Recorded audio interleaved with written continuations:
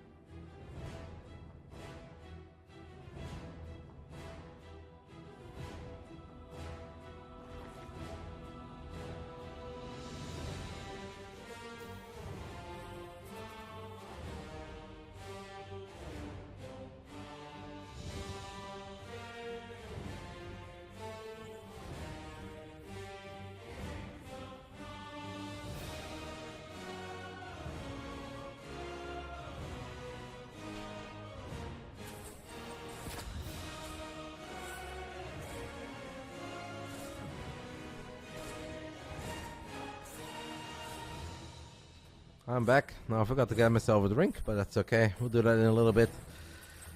Maru opening up with a Reaper. Seems like we got a Zergling, but I don't think we got a drone. Does keep the SCV around to make it a little bit harder for Serral to get the expand going. While Maru is dropping his own 3rd command center on the other side of the map. What does the yellow and orange number stand for at the bottom? The yellow is the amount of workers they have. Orange is the army supply. So this is the amount of workers. This is the amount of army supply. It should always add up to this, but sometimes it doesn't because there are units in the production tab, etc. Those are very useful numbers to look at if you're ever confused about how a game is going, if you don't have audio, or if you don't trust the caster that you're listening to. Those are very important numbers to look at. It will give you a good idea of what the players are working with. Now sometimes those numbers can lie. There are certain army comps where a player can have 50, 60 supply more, but they're really not in a very good spot. Think of unupgraded roaches against marine tank. It's okay if the marine tank player is down like 40, 50 supply, they can still win. But there are a lot of scenarios that will give you a good idea. Maru over Solar. Well, Serral is incredibly good in ZVZ. So maybe that's why Solar said, I prefer to go later. I don't know. Maybe Maru likes Oceanborn? Look at the video I sent you, Kev. Alright, take a look at it.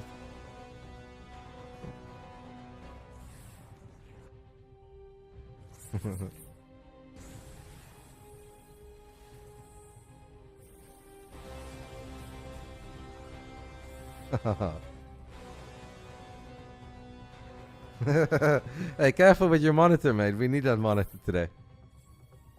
I don't want to see a scenario where Miguel destroys the monitor and suddenly we won't have you and we have to send out Roddy. I'll show you guys the video that I'm talking about. I know it's annoying if I'm talking about stuff that you guys can't see. How's Mr. Bitter doing? He's doing great, mate. Mr. Bitter became a dad for the first time in his life just a couple days ago.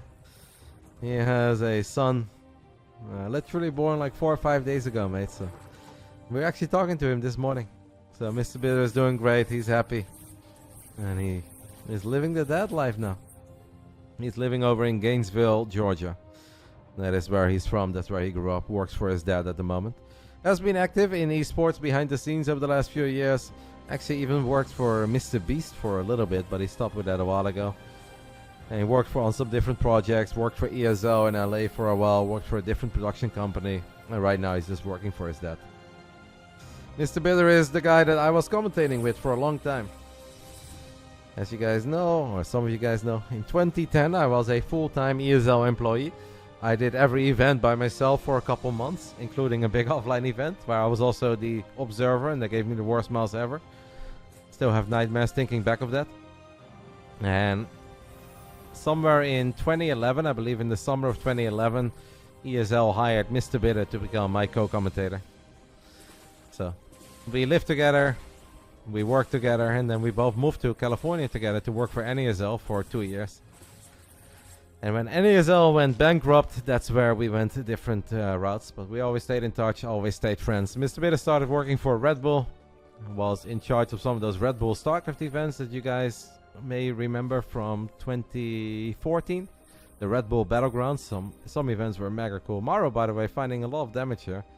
5 drones already, Banshee's still very healthy. Yeah. After a couple of years, Mr. Bitter stopped with Red Bull and he actually moved to the East Coast. Then he started working for the New York Excelsior, one of the Overwatch teams. And then when that stopped, he went back to the West Coast and now he's back at the East Coast again. So Mr. Bitter has been living all over the place, but he's doing good and he's happy.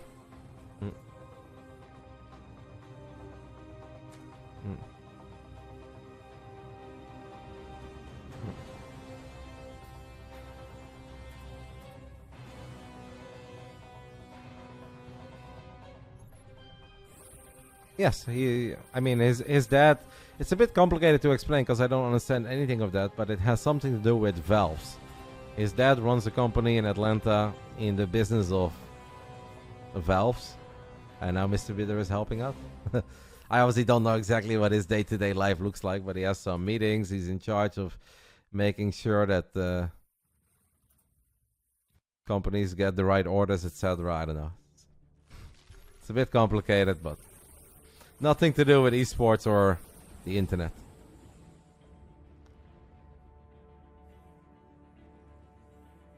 I understood. Red Bull could have been a sponsor till now if Blizzard didn't make a big mistake. No, that's not really what it was. It's more just that the Red Bull spent a lot of money on making all these StarCraft events possible in 2016, and they were somewhat successful, but they were not mega successful. Then they ran a tiny Dota event with a much smaller budget, and it had 10 times the success of any of the StarCraft events they ran. So then they went a bit bigger on Dota, and then eventually they went into fighting games, and then they just started sponsoring individual teams. Think of the team that won TI a few times, No Tails team.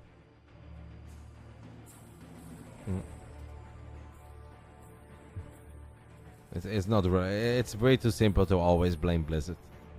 If it wasn't for Blizzard, there's a very good chance that we would not be watching StarCraft 2 esports right now in the year 2024. Because they did keep the scene alive for a long time, even when everybody was always shitting on Blizzard. And it's not that I'm mega happy with everything they've done, but I think they also deserve a little bit of love.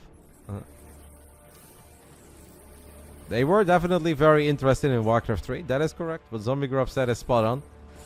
The cool Age of Empire events they are running were actually supposed to be Warcraft 3 events. But then Warcraft 3 Reforged was literally the worst game ever released. And then Red Bull said, yeah, no thank you, let's do Age of Empires.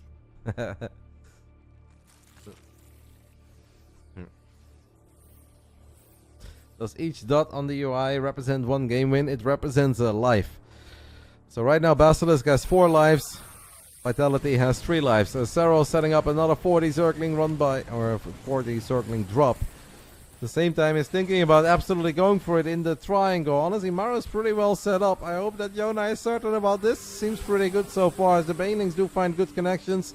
He's gonna get the tanks. There are a few more tanks in the back. Banelings looking to make it on top of the SCVs. Maru is aware of it, trying to save it, but there is just so much Serral. How Hero always looks like an absolute freaking monster against Reynor. It's starting to look like Serral is that guy against Maru. And Maru is obviously looking a little bit concerned already, as 39 SCVs have fallen. I'm probably wondering, what the hell? What the hell is this? I was playing a perfectly fine game, not a whole lot has happened yet. I killed a little, you killed a little, it was all fine. We were supposed to be doing this for a little while longer. Serral apparently has different plans for the evening, as the Zerglings are going in deep. 45 SCVs dying. The first time that Serral truly pulls the trigger and goes for it. What an attack. That is a lot of damage, guys.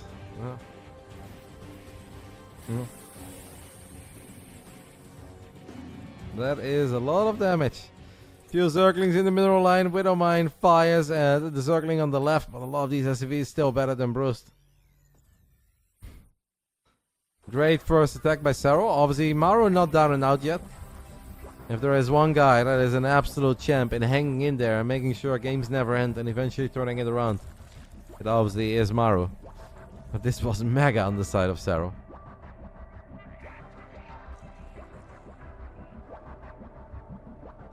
Serral is going to team kill Vitality.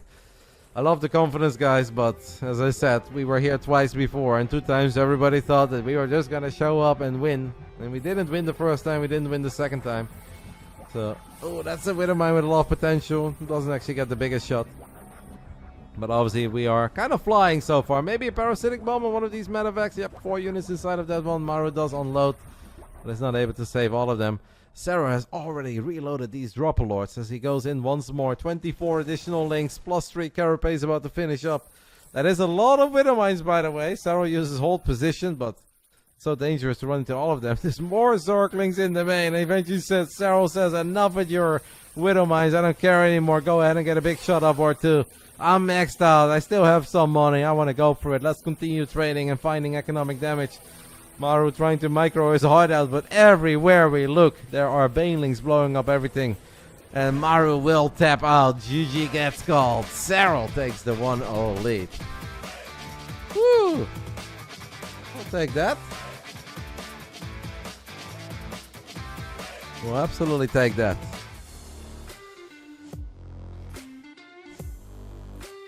One step closer. That means that Vitality will always lose their second life here, but obviously there's still a chance that we also lose our first life. There's also a chance that we get a perfect start where we take a 2-life lead. Once the team has lost 4 lives, it is over. Unless the other team also loses 4 lives at the same time, then we go to the best of 1 ace match, like we just saw. So we are taking a look at Chelsea and XY, our Chinese commentators. Like, man, Serral looks good when he plays against Maru. How the hell did Serral just cook Maru easier than he cooked Ryung? Serral is a beast against Maru, man. Like, you can't really make this up, can you?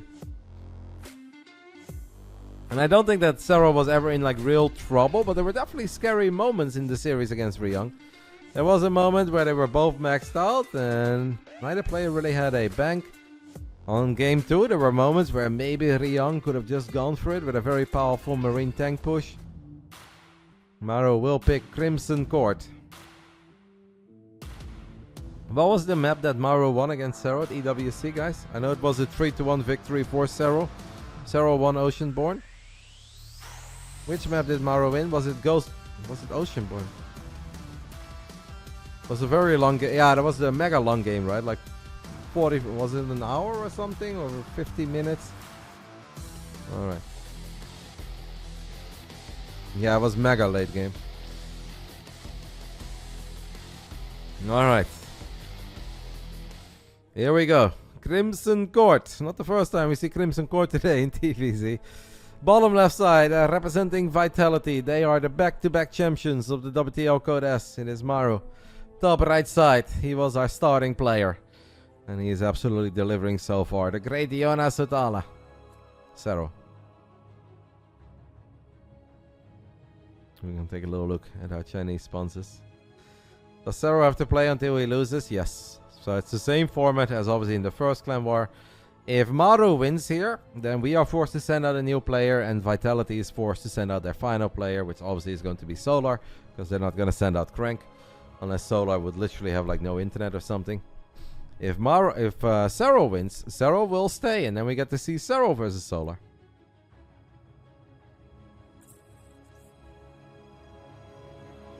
Does Maru not have the mechanics to play like Clem? I don't think there is a Terran on the planet that has the mechanics to play like Clem. And there are a lot of really good Terran players out there, but what Clem does is not just good. It's extraordinary.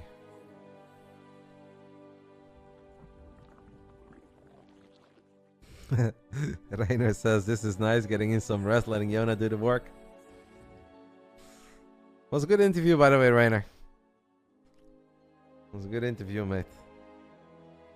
Nice little riz in there. Happiness. Looked good, felt good, sounded good. I mean, some audio issues, but I wasn't on you.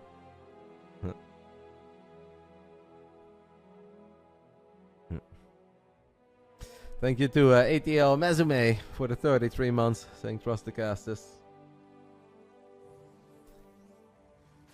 Maru not going for 2-Rex Reaper. He is obviously spawning in the bottom side of the map, and that would mean that if he wanted to go 2-Rex on the low ground, his add-ons would be exposed. Apparently he's having none of that.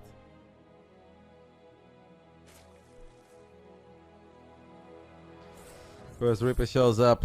Serral's defense normally here in the early game incredibly good. Maru is going to see that Serral has already mined out these mineral patches. Maybe Serral has been taking a little note out of the playbook of Reynor. And we'll see a few drones go to those mineral patches at the bottom as well. I do absolutely love what it does for the Zerg. Just give you a new attack path that normally doesn't exist until we are in the mega late game, and Terrans have an easy time dealing with all of this. I understand that Ghost Haku. It obviously has a lot to do with the fact that we ban Ghost River. Crimson Court is difficult, but I think Ghost River is just almost impossible. It's not totally impossible, but I just think Ghost River is a must veto for us when we go up against teams like Liquid with Cure and Clam, or Vitality with Maru and Ryung. Now Maru could have obviously gone for some other maps. It's not like the other maps are incredibly bad, but if he wants to play Crimson Court, that is his choice. You won't see any Crimson Court being picked by us. Did I see Motive in Brood War the other day? Missed the... I saw that clip actually, Maniac, but I know so little about Brood War that I don't get it. But I did see people talk about how it was the worst proxy of all time, and I saw Bisu laughing his ass off, but I just don't understand the context, because I really don't know what's happening in Brood War. Losing the Reaper is obviously a tiny bit painful, but it's not the end of the world.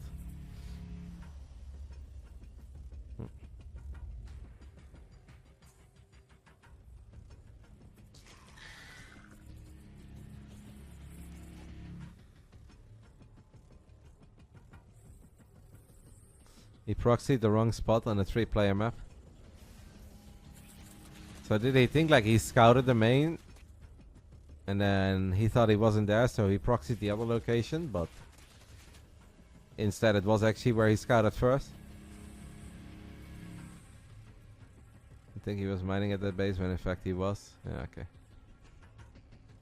He tried to scout the place.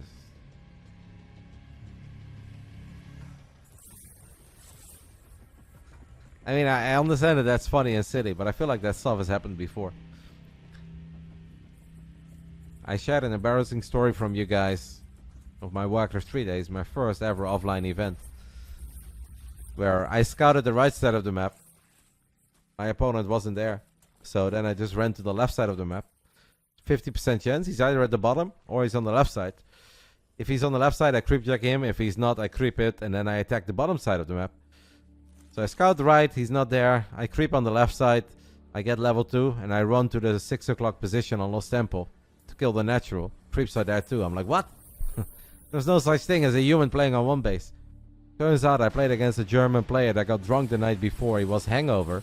So instead of selecting water elementals, he selected Brilliance Aura, so he couldn't creep his natural. So I did it for him. So I cleaned his natural, then allowed him to expand, gave him time to get level 2 in the center of the map while I was derping at the bottom side of the map, and I ended up losing the game. That is honestly more embarrassing than proxying the wrong location. And it was a best of 1. I flew to China to lose a best of 1 against fucking Miyu, who got drunk the night before and he couldn't select the right ability on his hero. And I killed myself. Now that hurts. The year is 2005 and I still remember every single detail of that game. Yeah, SK Miyu. The tournament was Akon 5 in Xi'an. And the player I played was SK Miyu. I was so confused in that game. I had no idea what was happening. And then after the match, he came up to me to shake my hand. And I was obviously tilted out of my mind. I just couldn't believe what happened. He said, "Oh, sorry, got drunk the night before. Pick Brilliance Aura first." Brilliance Aura doesn't do anything for your hero. If you have no other units, it doesn't do anything for you. It's like selecting researching +1 flyer attacks when you have no air units. Now, I don't remember every game I play, but obviously I do remember that, because that is ridiculous. That is a story that to Warcraft 3 experts, people won't even believe. They're like, this doesn't make any sense. Serral is gonna play some Mutalisk here on Crimson Court. Seen a lot of Mutal play today, guys. People were screaming for it lately on Reddit. They're like, I miss ZVT with Mutaling Bane. Well, we saw Reynor play some excellent games against Clem earlier with the Mutalisk. And now Serral is gonna give us some Mutal play too. Maru overall does have a good setup against it. Double Cloak Banshee is gonna try to get lucky on the other side of the map. Nothing has changed with the Mutas. It's just that maybe Zerg players have like lost a little bit of confidence in some of the other playstyles, and they're like, well, F it. Even if Mutas are not as good as they once upon a time were, if we play well enough, perhaps we can make it work. And Reynor did make it work a few times. Serral a little bit late there, pulling that queen back. I don't think we had to lose that queen.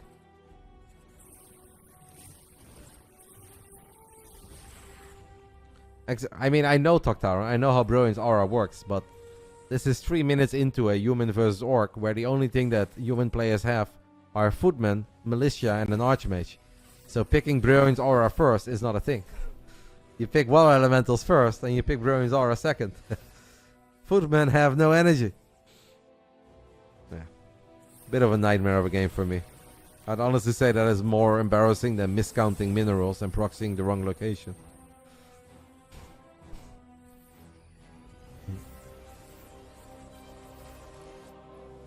Other funny moments, by the way, that I think a lot of you guys will remember is MLG Anaheim 2014, where there was a pretty famous North American cannon rusher called Wiedemins. Wiedemins actually lived in the house with Mr. Bitter and me for a while. And Wiedemins would cannon rush every single game. And Wiedemins played a game on the stage at MLG, his big moment, and he grabs his first probe, and he grabs his second probe, and he builds his pylon on the other side of the map. And then nothing happened, and everyone was confused. The man who cannon rushed every single game forgot his forge. Serral snipes the eBay, by the way, so +2 gets denied. But it's very difficult to cannon rush without a forge. He didn't have a gateway either, so the only thing he could do with 2 probes on the other side of the map was build pylons. Poor guy. Sniping the eBay here is big for Serral, denying +2 and its attack as well. It's not even armor, so we're obviously loving that. But Serral is gonna have to try to break a very strong Maru here on Crimson Court. 10 minutes in. Maru is getting some sensor towers, some missile turrets.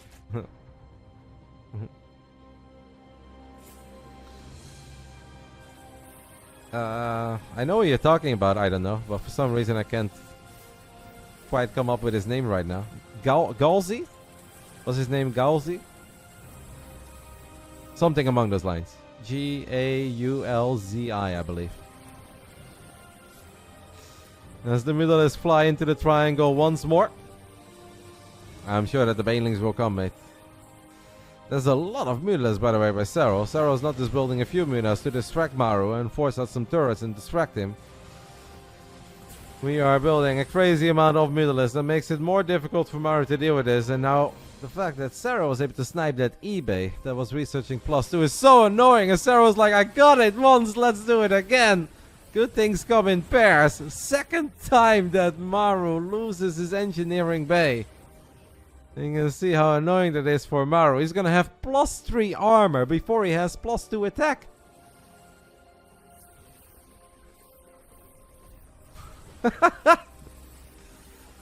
Maru is gonna have +3 armor before he has... Oh, Widow Bites! Okay, only one of them fires. Thank the Lord. That could have been a bit painful. Serral finding openings here, there, and everywhere as he grabs some Widow Mines in the center, grabs the tanks here. Maru now has multiple sensor towers. Don't think Maru can really do a whole lot offensively with +1 attack. That's just gonna make his Marines and Marauders so underwhelming.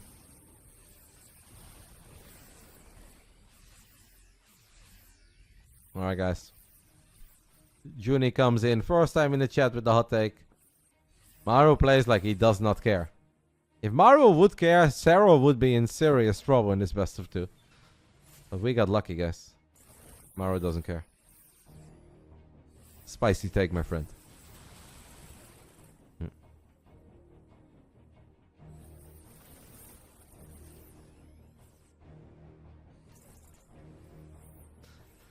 Ultralisk Cavern on the way. As Serral has mined out some of these mineral patches, Lynx and Bane show up here in the triangle.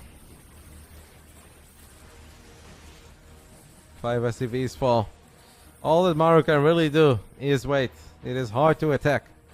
It has not a whole lot to do with wanting or caring, but it's hard to attack when you only have +1 melee. That is a silly amount of Banelings coming in from Serral. That's more than enough to blow up this PF. Is gonna get it. Maru did do a great job in saving as many SCVs as he could. One Thor left behind. Maru's gonna try to pick it up. Not quite in time. Serral snipes the Marauder, snipes the Thor, killed the PF. Honestly, all that Maru can do now for a very long time is turtle, defend, sit back, wait for upgrades to finish up, and get a ridiculously strong Terran army. But Serral is gonna make it very, very difficult for him to get there. Even a couple of ghost and missile turrets are not scary enough to keep these mutas at bay. Basilisk, and especially Serral, is flying so far in the grand finals of the WTL Codas. Is the 3rd time the charm after all. Is the lucky general behind me making the difference today. Starting to become a bit of a believer. We had to go really, really, really deep against Team Liquid. Zerglings and Banelings get on top of the planetary here on the left side. This PF will fall, and that is going to drop Maru to only 3 bases. One of those 3 bases is wide open. It's just an orbital. Nothing really protecting it. Serral's playing excellent. Serral just plays his best ZVT when he plays against Maru. A long time ago, we had a tournament over in China called the WESG. Maru 3-0'd Serral in a patch where Raven's anti-armor missiles did 15 damage. Now that may not sound like a lot, but if you show up with 20 Ravens and you do 15 damage times 20 or even more, because you have multiple anti-armor missiles, entire armies disappear without a fight. That happened back then. And Serral took that incredibly personally. And he said, oh, I remember. I remember and I'll never forget. What you did to me with those anti-armor missiles, I'll do to you with every Zerg unit in the book. Maru does have a pretty powerful army over here in the center. Serral goes for a tiny engagement, gets decent connections with the Banelings. A lot of Terran supply left over though. He'd be a fool to completely count Maru out if he's got 124 army supply, but obviously Serral's looking very good. Kind of feels that all Serral needs to do, one time and one time only, is clean up this army in the center of the map. Hero becomes a different beast when it's Reynor on the other side of the loading screen. And it kind of feels like Serral becomes a different animal when it's Maru who is in front of him. And obviously Serral is always good. And what happened at the ESWC Grand Finals is incredibly rare. Serral will lose the series here and there, but it's so freaking rare that the man looks hopeless or helpless. In the last 5 years of Starcraft, we've barely seen it. Everywhere we look, Serral is blowing up stuff. Maru is looking at his minimap. It's like, what on earth am I even supposed to do? As Maru pans his eyes slightly above his monitor and he takes a look at a poster of Liquid Clem. And he says, Clem, talk to me. What can I do? Clem says, I don't know, man. He's really good when he plays against you.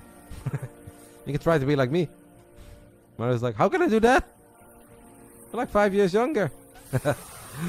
Links and bangs blow up a lot of marines and ghost widow mines in the center of the map. Maru drops into the double digits, and he knows that this one is all over. Serral gets another 2-0. First over Reynor, now over Maru. And that means that Vitality is down to 2 lives. Meanwhile, we still have 4.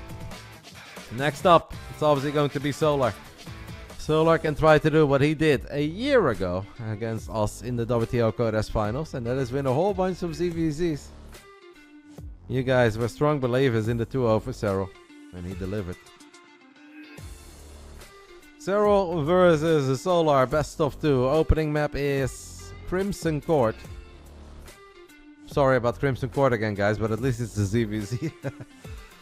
You guys think Serral wins 2-0? Will Solar win 2-0? Or is it going to be a 1-1 draw? I'll give you guys 10 minutes to get your predictions in. Our first clan war took over 5 hours. The second one is going pretty quick so far. Now obviously it could still go on for a little while longer. I showed you guys some of the results of the WTL Codes Winter 2023, but of course Basilisk also participated in the Summer Edition. Back then, the Grand Finals is the same as this one. If we go back to Liquipedia, Solar indeed also beat Serral. Oh, look at this. This is when they still invited me for stuff. I don't know if I ever got this, by the way. Where are my buckies?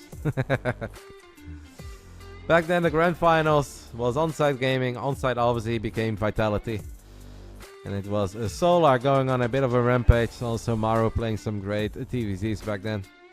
Reynor getting the victory over Trigger.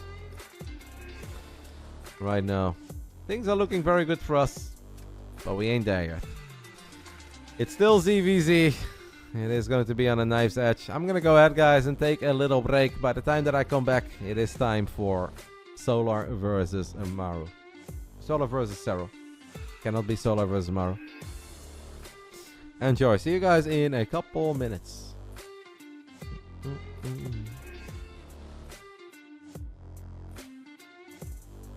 There is Solar. He looks a little worried. I've seen that man look more confident in the past.